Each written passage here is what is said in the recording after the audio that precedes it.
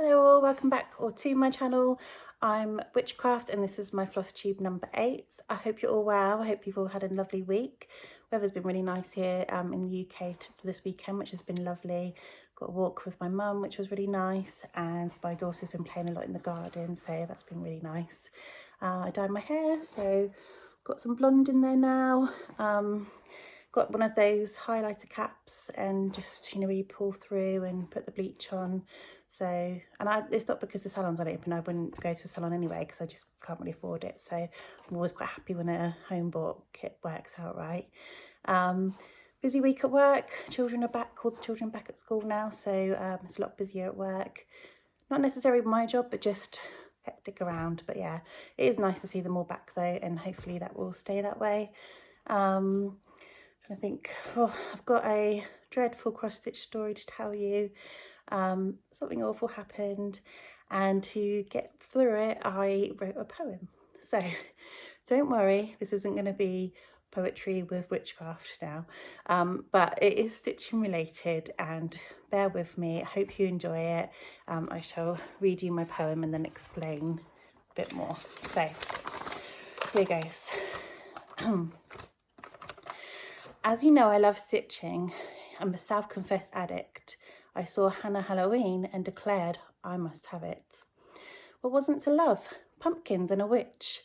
But lately I've been stitching and along came an itch.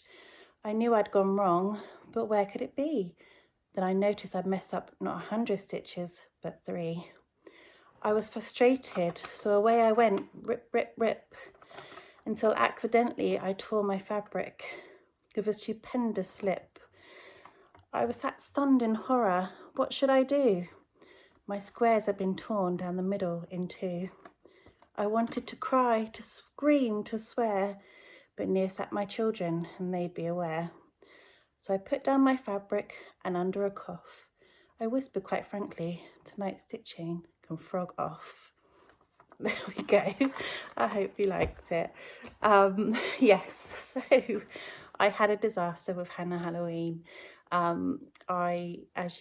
As you've heard, I basically was stitching away. I'll show you how far I got. I've got a picture on my Kindle here.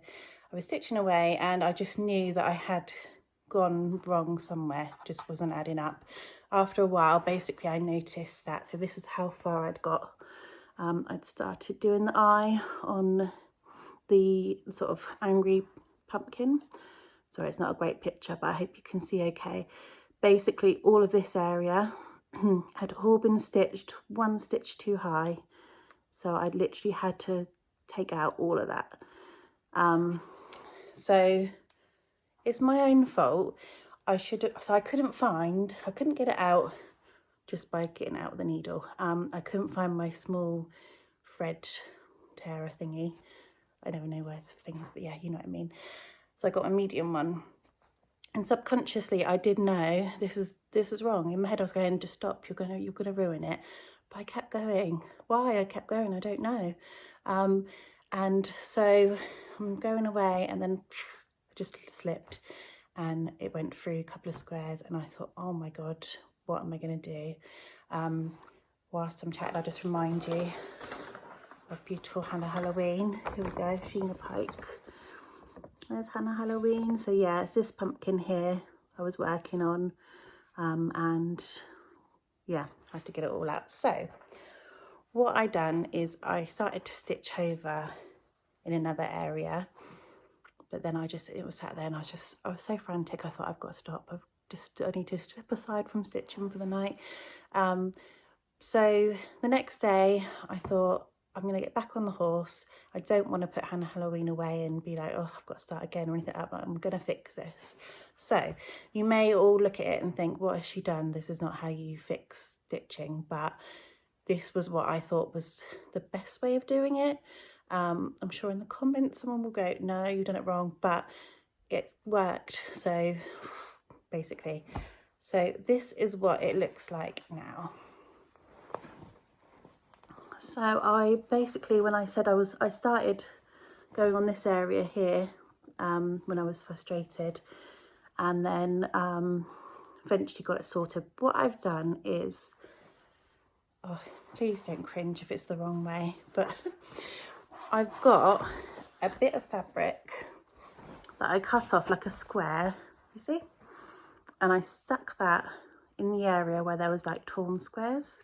And I've just stitched through. So all it's done really is kind of just given it that extra support because the stitches were slipping in that area. So I thought if it's got a square behind it, it'll kind of give that support. I don't think you can see it on the other side. And I think once it's all stitched, it will look fine. That I'm hoping. But yeah, I've got a lot done since. I filled in quite a bit here. Obviously I've done more than what I was at as well, because I've done all of this bit here. Here's the smile bit here. I did fill in a couple of colours I had here too. So I have got a lot done, and I am super pleased with how it is still going. I've just got to get over the fact that I messed that up really. Yeah, so if there is a better way of doing it, please let me know.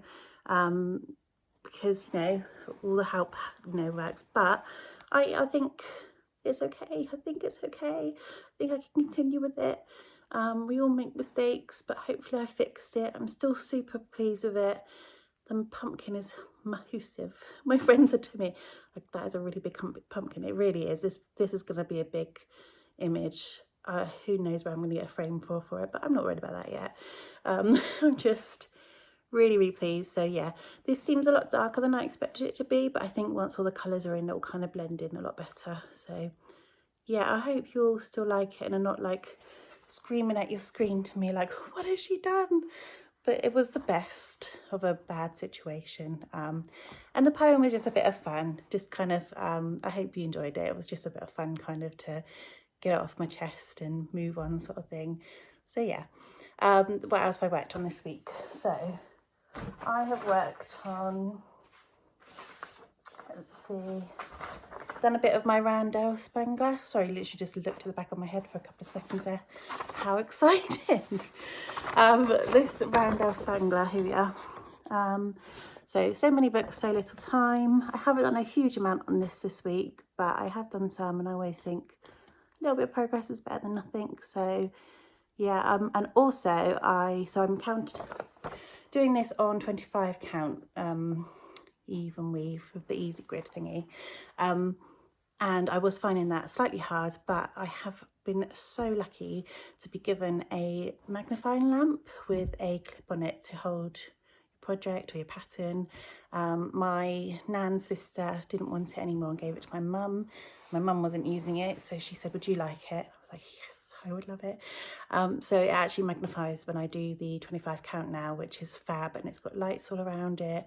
So I'm really super pleased with that, and it's actually helped me work on 25 a lot better. So I probably will do more 25 count now. So here we are with the progression. It doesn't look like a huge amount, but basically I've done a bit more of this archway, stuck a little bit more of blue in, and a bit more on the cobblestones. So yeah, it's coming along.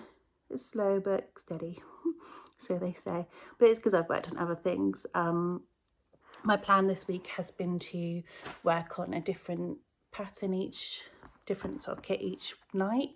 That was going along fine until the Hannah Halloween thing, and then I kind of just focused basically on that because I just wanted to get that fixed and sorted. So yeah, I've worked on that one. The next one I worked on was one of my new ones, which I'll get the picture up for you. It is the Bedtime Story by Chris Dunn, which I got from Pain-Free Crafts, which is spelled P-A-I-N-E free, F-R-E-E, Pain-Free Crafts. And this is what that one looks like. Cute little mice on the bed reading. So yeah, absolutely love this one. And I've started top left corner like I usually do. Again, so this one is stitched on 25 count again. And this is how far I've got with it. So not very far. Started some of the tree there. So I'll show that again. So basically, sorry for the glare, this corner here, so this windy bit there is where I've started, and just tucked a few in. I am going to be getting in the post some of the lighter brown colours soon, so if I do that, that'd be easier. So yeah, just filled in that bit for now.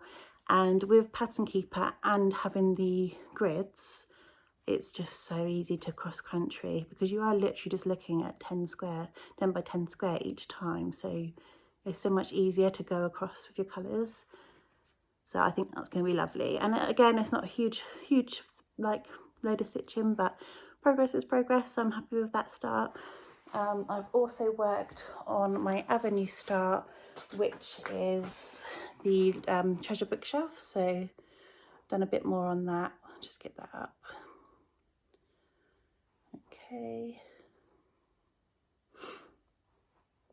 Okay, so that is this one by Amy Stewart. Hopefully you can see it okay.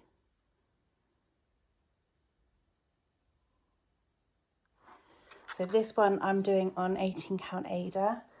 It's a big massive piece of fabric that you could literally, like I said, make a dress out of.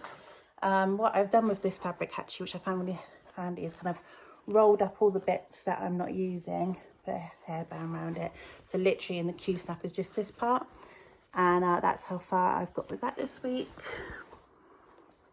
So I've just done a bit more of the sky. This is all sky. This bit along here is some leaves from a tree that's going to come through. And as I'm going along, I'm gridding, well, not gridding, yeah, kind of gridding it, putting little X's on the, like a cross hatch on the corners of the 10 by 10 square. Really helpful. It's really helped me sort of work through it a lot quicker and be able to do, like I said, the cross country. Bit of advice, actually, if people do this, do you wash the crosses off as you go, or will it all just wash off at the end? It's kind of the first time I've used this. This is just a washable pen that I got off of Amazon, and I'm not sure whether I'm supposed to kind of rub away at it as I go, or whether it's okay to leave it there and carry on. So yeah, if you could let me know, that would be fab. But yeah, that's how much I've done on this one. Really, I love this one, so pleased with a little bit of progress on there. What else have I worked on? Okay, just that one. So, as you know, a lot of looking at the back of my head today, sorry, organisation. I did say a couple of weeks, I keep going on that I'm going to get my long dog, this new normal, I'm going to get this bubble done, this one here. Yeah, I'm going to get that done by next time. Yeah, well, it's not done, but it is getting there, so I will show you that. Still loving it, and here we are. So basically, since you saw it last, I've kind of done pretty much this quarter here. I absolutely love the wings on the swan. Here there was initials on the pattern, which I think was, let's have a look, J and L, and you could put your own initials there. What I've already, once you choose, what I've chosen is my children's initials, because they're both of their names begins with A, and then they've got E for a surname. So I'm having AE for my children there, and there's really not much left to go on this, so it will get done soon. It is the biggest bubble so far, which I think was why it's taken a lot longer, and it was just because I didn't work on it last week really. But yeah, I still absolutely love it and could look at it all day. And actually it's been really nice to work on this after Hannah Halloween. I love Hannah Halloween, I love working on it, but after the disaster, to be able to pick this up and just do the same colour, relax and just go with it, it's been really nice actually, a nice little break. So this one's quite nice to just do when you just want to not really concentrate too hard. And I've just been sat listening to an audio book. I was listening to a Terry Pratchett book called The Weird Sisters, or something about witches, I don't know. But yeah, that's been interesting so far. So yeah, I love my new normal, so coming along, and I do hope to do a lot more on it as the next couple of weeks go by. Talking about, I think that's everything for stitching actually this week. Yeah, talking about books, I have finished the book that I talked about last time. So I talked about a book called What If Cats Disappeared from the World.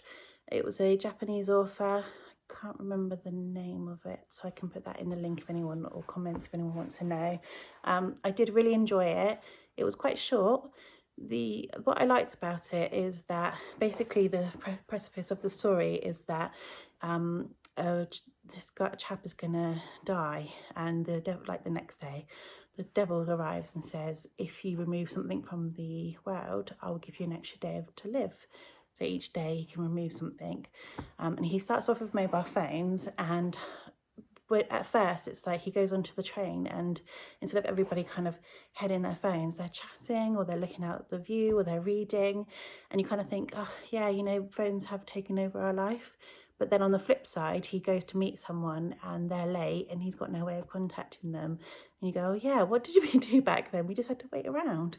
So there was like lots of provoking bits in it.